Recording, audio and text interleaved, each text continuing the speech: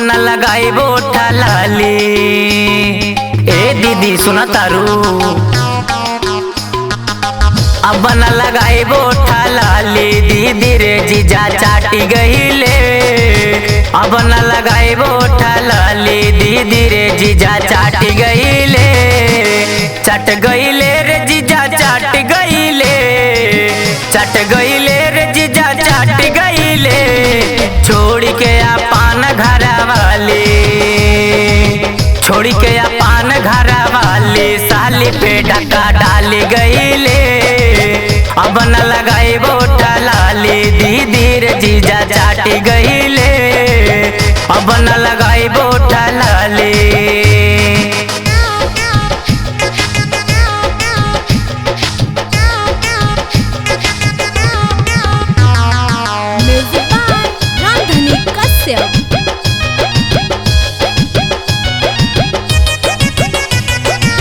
कहले जीजा साली हमसे करा प्यार हो, दिन दोपहरिए में ली हम जमार हो।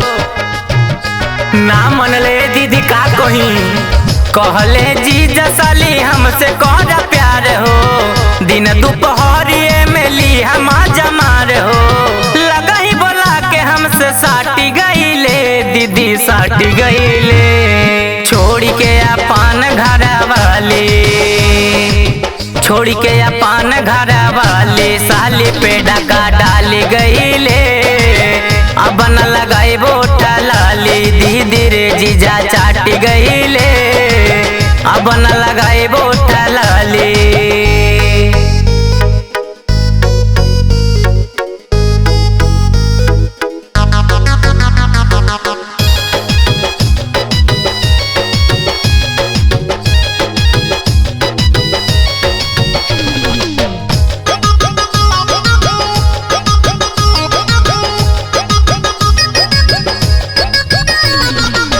जानत न रही दीदी हौला बतिया, जीजा जी कोइले हमरा संगे दूर गतिया। ए दीदी अब कैसे बताई तोरा के, जानत न रही दीदी हौला बतिया। जीजा जी कोइले हमरा संगे दूर गतिया। घर में बोला के गाल काटी गईले, हाँ हाँ काटी गईले।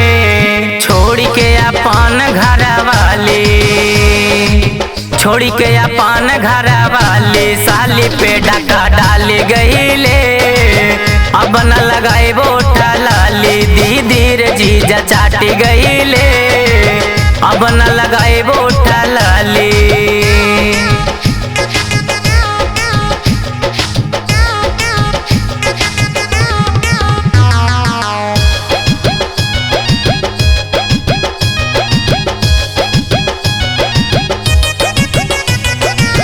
सूतल रही घर में ओढ़ी के चदरिया, जीजा जी अइले धैले हमके अकवरिया।